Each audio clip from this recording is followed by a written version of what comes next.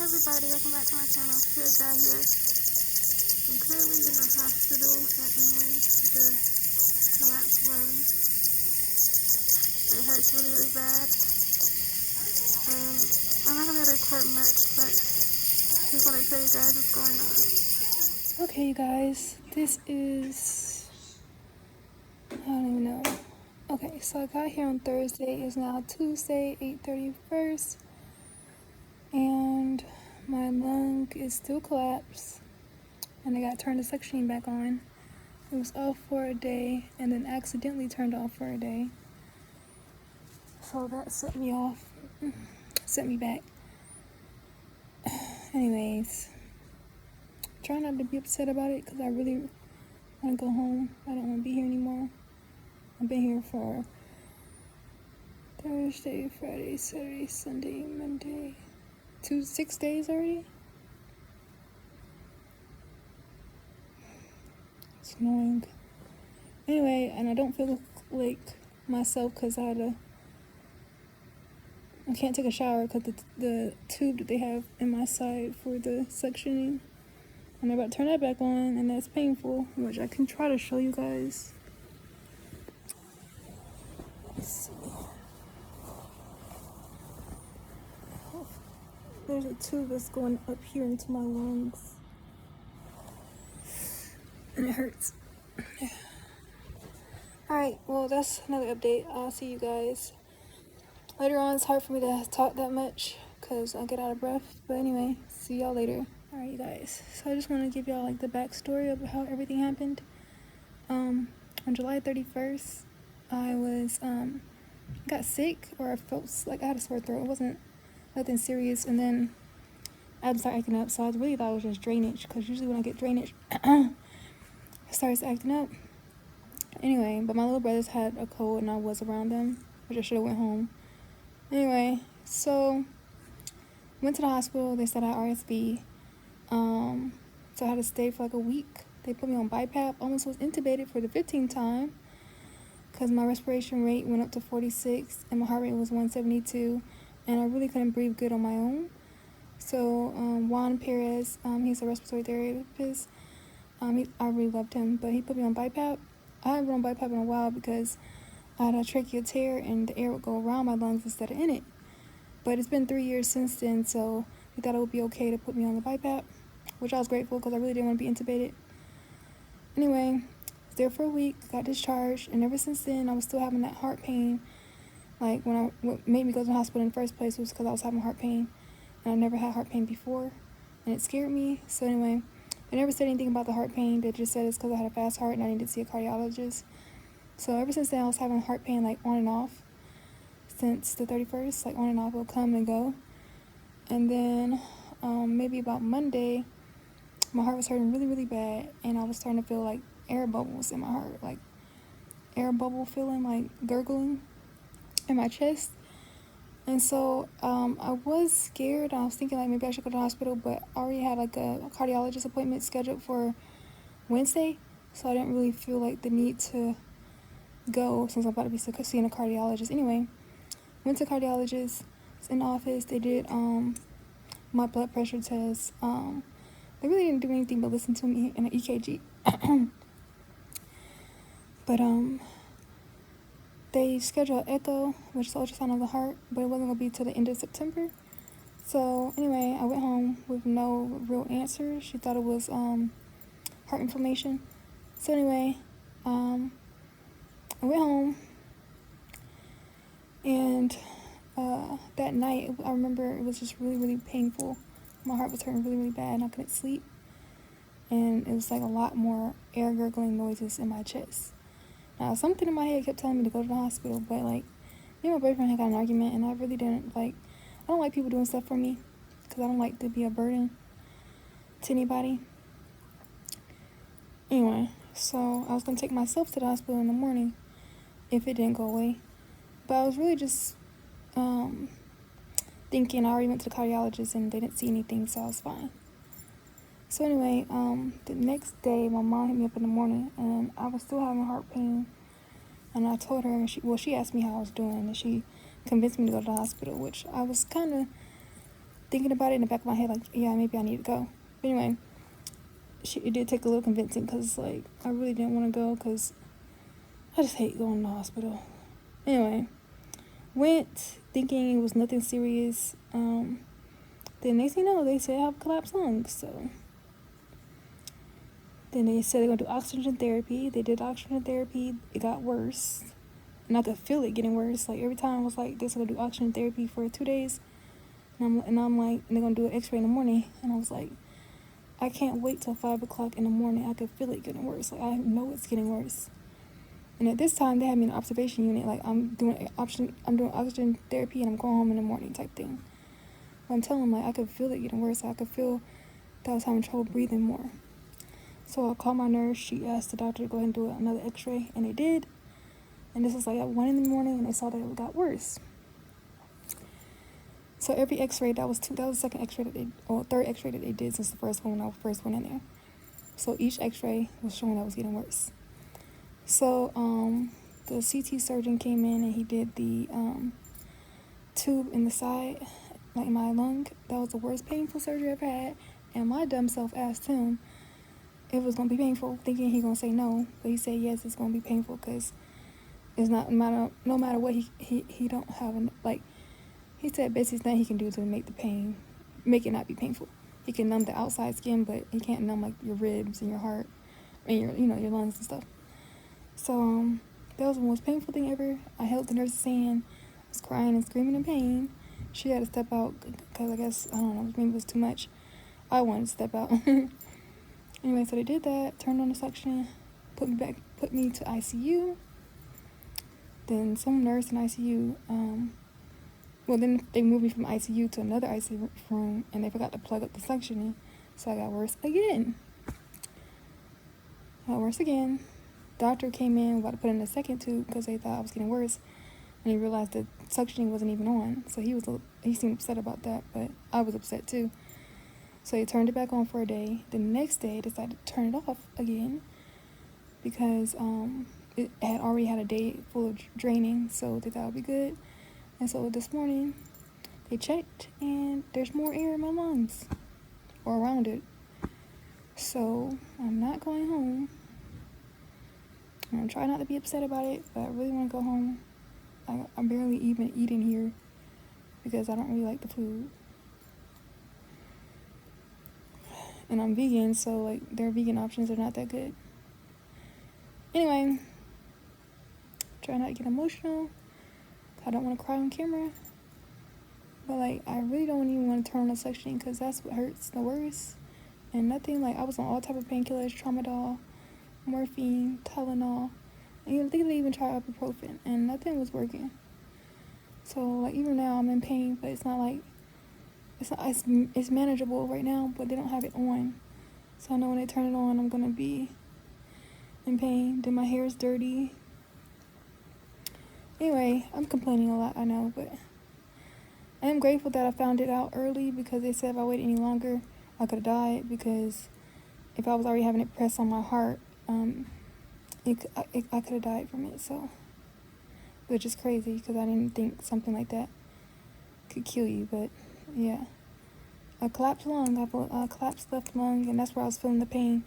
Like it says up here at the top. And I was feeling all of this, like my heart was hurting so bad. And anyway, so I'll come back with an update whenever I get an update and whenever I can go home. Alright. Hey guys, I'm back. And the pain is getting worse. A lot worse.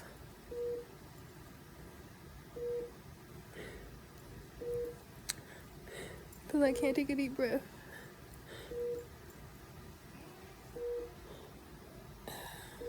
I'm home now, you guys, and I'm so excited to be home. I didn't think I'll be home this soon, so it wasn't even soon, but like I thought I was going to be at the hospital a lot longer. I was at the hospital from August 26th to September 6th. So on September 6th, the ultrasound you saw was on August 31st. They had just took me back to suctioning. So I didn't make any more videos while I was in the hospital because I was having a hard time with pain management and my heart rate. So I really didn't get to make another video since the last video that you saw. But anyways, what happened after the 31st was they hooked me back onto the suctioning. So I was on suctioning from the day I got there, which was on August 26th, until September 2nd is when they did the first test. So what these tests were, they took, well, not even, this was actually the second test. So the first test I failed, which was, they only took me off for 3 hours, and my lung had collapsed again. And before that, there was a mistake, like I said, where I wasn't on suctioning and they thought I was, so my lung had collapsed then as well. So on September 2nd is when they did the third test. And so what they wanted to do was take me off of suctioning for a period of 6 hours. And then after 6 hours, they wanted to see if my lung was still expanded with an x-ray. So when they did that for 6 hours, they came back with the x-ray, and the x-ray showed that my pneumothorax had gotten worse. Like the air around my lungs, or the air that was pressing on my lungs, was a lot, bigger. Like, my lung had collapsed more. So that told them that, okay, your lungs already collapsed 3 times. Every time you take it off suctioning, it's collapsing. So you're gonna have to get surgery. And so they scheduled me for surgery for September 7th at 2 p.m. So I was scheduled for surgery and put back onto suctioning. So with the surgery, what they do is they go into your lung and they remove the part of your lung that has the leak. And after that, it will be the part of your lung that has the leak. And then after they remove that part of your lung, they basically use sterile sandpaper and scratch up the lining of your lung and your chest wall cavity, so that when it heals, your lung will heal connected to your chest wall, and it will never collapse again. Well, it will have like maybe a 2% chance of collapsing. So that's what they wanted to do, because every time they take me off of suctioning, my lung would collapse. And this was on September 2nd. So anyway, I'm back on suctioning. And during this time period, my heart rate was like really high. Like if I even stood up out the bed, it would shoot to the 160s. And then if I got upset, it was 190s. So I was really concerned about my heart. And I couldn't do anything, like just walking or washing my face or using the restroom. It will always spike up to like 190, 160, 170. So CT surgeons and the discharge doctors. So the discharge doctor decided to do an echo of my heart, and so they came in, did an ultrasound of my heart, and that came back normal. So they said the reason why my heart rate was acting so crazy is because of the pneumothorax. So that is why all the air in my chest was making my heart act up, and which was the pain that I had been feeling since August 2nd.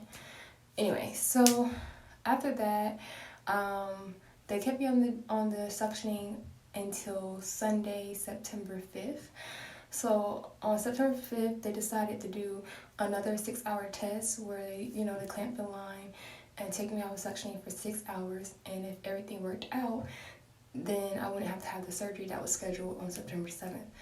So on September 5th, which was on the Sunday, and it was Sunday morning, and they decided to go ahead and clamp it. So they clamped it at 8 a.m. and they said, okay, we're going to do this test one more time, because they really didn't want to do surgery if they could avoid it. Because again, the surgery it took a lot of time to heal, and I've been known in the past not to heal well from things. Like it takes a lot more time for me to heal. So anyway, they did the surgery. They did not do the surgery. They did the clamp of the line to avoid the surgery. And so 6 hours passed, and I did an x-ray. My lungs were still expanded, and so that was good news. But it was like they're not convinced, because every single time that they removed the suctioning, my lung would collapse. So they said, okay, we're gonna wait. We're gonna be extra careful and do another 6 hours. So they kept the clamp for an additional 6 hours, and he said that in the morning they were going to come and see if my lung was still expanded. So I did start to feel a little pressure in my chest, but it wasn't anything unbearable. So anyways, in the morning, they came back and did the x-ray, and the doctor came in at the exact same time as the x-ray. And they let me know that my lung was still expanded, so the tube can come out. So I was kind of nervous for them to remove the tube because I was watching a YouTube video and they were saying that after they removed the tube, his lung collapsed. And I did not want that to happen. Like, I did not want them to remove the tube and then my lung collapsed and I have to get another tube. Like, I really was like hesitant for them to remove it. But I was believing in God and trusting that it would work out. So anyway, since my lungs stayed expanded for an entire day, they went ahead and removed the tube on Monday, September 6th. So when they removed the tube, it didn't hurt at all. I was really scared that it would hurt because putting the tube in was so painful. But anyway, they removed the tube and all he did was like just had me take a deep breath in and hold it while he pulled the tube out. So and he hurried up and wrapped me up. So it didn't hurt, it was just more like a funny feeling. I could feel the tube moving throughout my lung and I could feel it come out. And he wrapped me up and then he said, okay, so we're gonna wait 4 more hours. And if your lung is still expanded after the tube removal, you can go home. So you can go home on our side. So it's still up to the discharge doctor because your heart, but on our side, you're clear to go home. So basically 5 hours later, they checked, did another x-ray, my lungs were still expanded, so they said everything looked good and I was cleared on their end and I could go home. So then the discharge doctor came in and said everything looked fine with my heart. So the discharge doctor came in and said everything looked okay with my heart echo and that I was able to go home, and that they thought that the reason why my heart rate was so high was because of the pneumothorax, but even after the pneumothorax, my heart rate was like 165, so I was still kind of nervous about that. But she said that my heart may take a while to come back down, but also I could have been dehydrated, so they gave me some fluids over an hour, and then I was able to go home and I could avoid the surgery. So I don't have to get the surgery. I do have to follow up with the CT surgeons in a week or two just to make sure that my lung hasn't collapsed at all since removing the tube. But I was able to go home, and so that was from August 26th to September 6th. And so how do I feel about everything that happened? I kind of, like, my dad actually told me a new thing, like a new way to look at it. So in hospital, I was really upset. Like, I'm not gonna say I was angry. Okay, I'm not even gonna lie. I was angry. I was angry at the world. I was angry at, I hate to say it, but like, you know, when you pray all the time for healing and it never happens and things keep getting worse and worse. I was kind of angry and losing my faith with God. And I hate to say that, but you know, this has been 20 years of sickness, and I guess after a period of time when your heart rate's at 193 and then you've been in the hospital for an entire week plus more, it's like you start to doubt, like, you know, like if you ever will be healed or ever will feel normal or be normal. And but it was at, I could tell you we're a point in time where, like, I guess me being at the hospital changed, and I was sad about being there. But then my auntie Gwen, which is like, you know, it's like someone that always looked out for me my entire life, which I have a lot of family members that looked out for me as well. But my auntie, she was like, okay, every day that you're in the hospital, I'm gonna give you $20. So after she said that, I was actually like looking for, like, you know, counting every day that passed. I was like, okay, yeah, that's $20. So that was good. Then also, what else? Oh, but my mom and my boyfriend was coming up there every day. My aunties were checking on me, my uncles, basically everybody was checking on me and talking to me and sending me money if I need something to eat. So that was really nice of everyone. And but what really made me change, like, my thought of everything was my dad. Like, and this happened today. Like, I just spoke to my dad today, and I'm sorry if you see a toilet because I'm in my bathroom because everybody's still asleep. But okay, so what really changed my thought, you know, like me, how I looked at the situation, was my dad. And he just told me this today, but he said, like, God made it so my heart would collapse. I mean, not my heart, excuse me. He made it so that my lung would collapse so that my heart wouldn't. And that makes a lot of sense, because when I went to the hospital, they were saying, like, the heart pain that I was feeling was basically my heart was giving up. Like, it was so much air in my chest that my heart was starting to pump funny. Like, it was about to give up because the pressure was pushing on my heart. But instead, God made it so the pressure would push on my lungs and that would collapse and not my heart. Because if my heart collapsed, I'm dead. my lung collapsed, I still had another lung. So looking at it like that, I feel like God did look out for me because, you know, I had been feeling this pain for so long that like I was putting it off. Like I was like, I'm okay, I'm putting it off. And then my lung collapsed. So imagine if all that air never pushed down on my lungs, it would go up to my heart. Excuse me, my sneeze. So that's actually what the doctor said. He said all the air never pushed on my lungs, my heart would have collapsed. Like my heart would have stopped. It would get so much pressure in my chest. So God made it so that my heart, you know, stayed good and my lung collapsed, which that's fine. At least I'm still here, you know. So that was a good way to look at it. I never looked at it like that while I was in the situation, like while I was at the hospital. But yeah. So anyway, I'm home. And guys, the hardest part, I mean, the pain was really hard. But like, I haven't taken a shower since August 26th. And I know that might sound nasty because now it is September 7th. And I still can't take a shower. So today, actually, I can because it's been 48 hours since they removed the tube. But I was doing like little baths, you know, little wash-ups in the sink at the hospital. But like, you know, anyway, so today's my day. I'm going to be washing. My hair hasn't been washed in a month, but it still looked good because my mom did her thing. But anyway, so that's what happened. Okay, that's the story about how my lung collapsed and how I was in the hospital for, I don't even know how long, like 26, 27, 28, 29, 30, 31, 1, 2, 3, 4, 5, 6, 12, 13 days basically. And yeah, so I'm home now, and let me go ahead and show you. I don't know if I can show you because my boob, but this is where the tube was, and it still hurts really bad, but this is it, and I can remove this today, I think. So yeah, I don't know if you guys can see it, but that's it. And I'll show you the scar that it makes if it does make one. But yeah, I'm back home, and I'm feeling a lot better. I'm feeling back to myself. I still have to use the spirometer to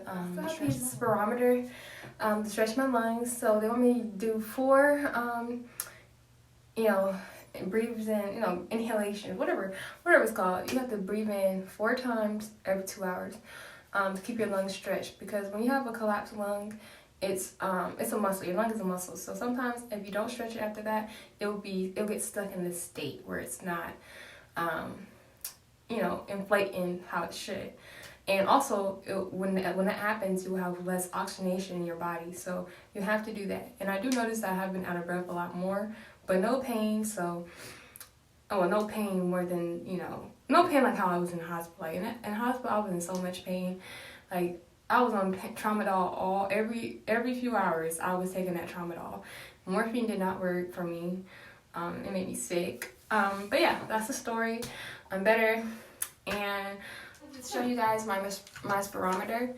So this is it. I'm supposed to be at 2200, but I've never been at 2200 even before I went to the hospital. But you want to try to keep, when you breathe, oh gosh, all in your face. But you want to try to keep it at best. So I'm going to do it now because I haven't done it for today. I just got to do 4. I think. Okay, so far I've only been going to 1500.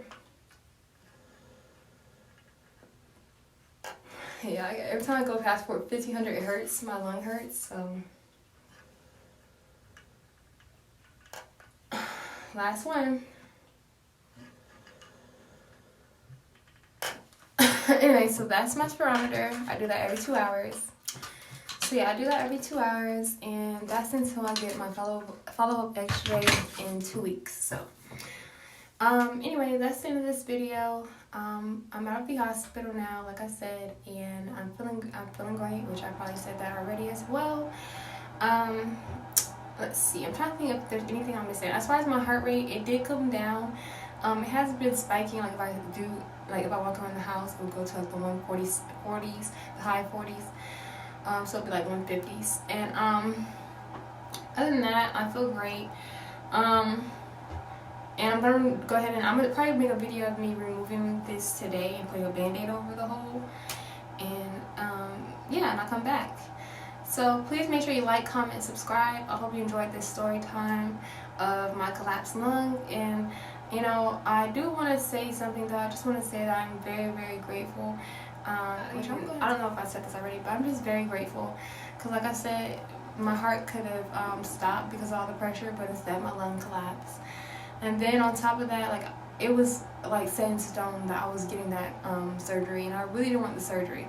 And God and all the prayers that everyone was praying, like the whole family was praying for me, all those prayers worked. Like, God answered my prayers. I didn't have to get the surgery, and it was like every single time they took me off suctioning, my lung collapsed every single time, and my heart was already doing funny stuff, and God made it so, like, nothing else happened to my heart, and that I'm still here. So I'm very grateful for that, and I'm happy to be here. My lungs been through a lot. 14 intubations. One time on ECMO, so I think that's intubation too, so 15. And, now I've gone through 14 intubations, really 15, because, when you're on ECMO, you're intubated as well. But 14 intubations, ECMO, collapsed lung, overworking heart, like all that stuff.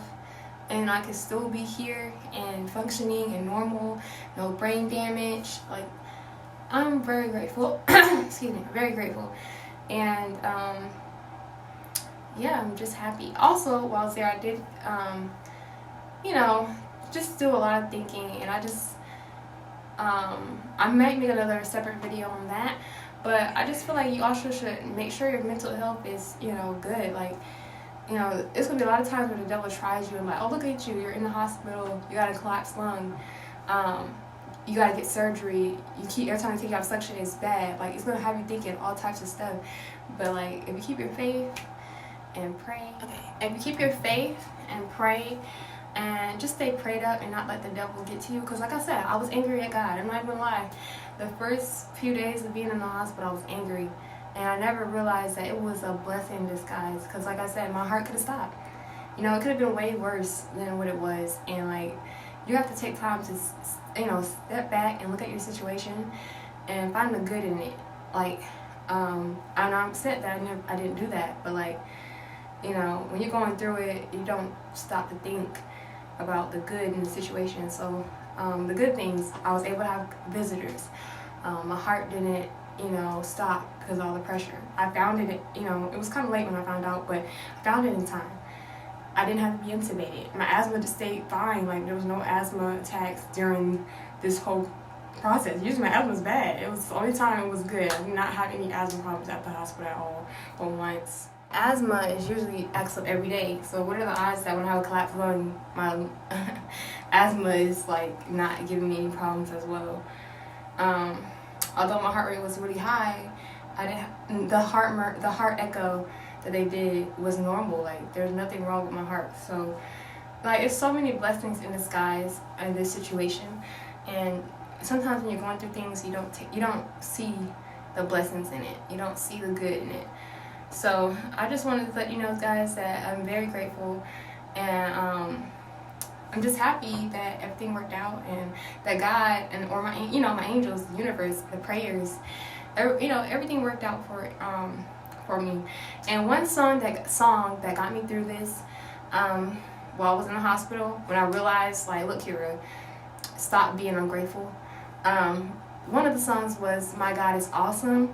I don't know if you guys could hear it, but one of the songs that got me through everything while I was at the hospital is called "My God Is Awesome." And if you listen to the lyrics, it would say, I don't want to sing for y'all, but it's like, my God is awesome, He can move the mountains. It says something about keep me in the valley, hide me from the rain. And it's like, I like the part where it says, my God is awesome, heals me when I'm broken, strength where I've been weakened, praise His holy name. Like, honestly, I'm not singing it how it goes for real, like all the lyrics, but I'm just saying the parts that I really like. But, like, yes, God can move the mountains, and He's your strength when you're weakened, and He heals you. By His stripes, you're healed. So if you're ever going through something, listen to that song, and it may help you. So it's like, no matter what you're going through, your God is awesome. He's gonna look out for you, or you know. And as long as you keep your faith, you pray, and believe in what you're praying, you'll be okay. Okay, you guys, that's the end of the video. Please make sure you like, comment, and subscribe. Thanks so much for watching.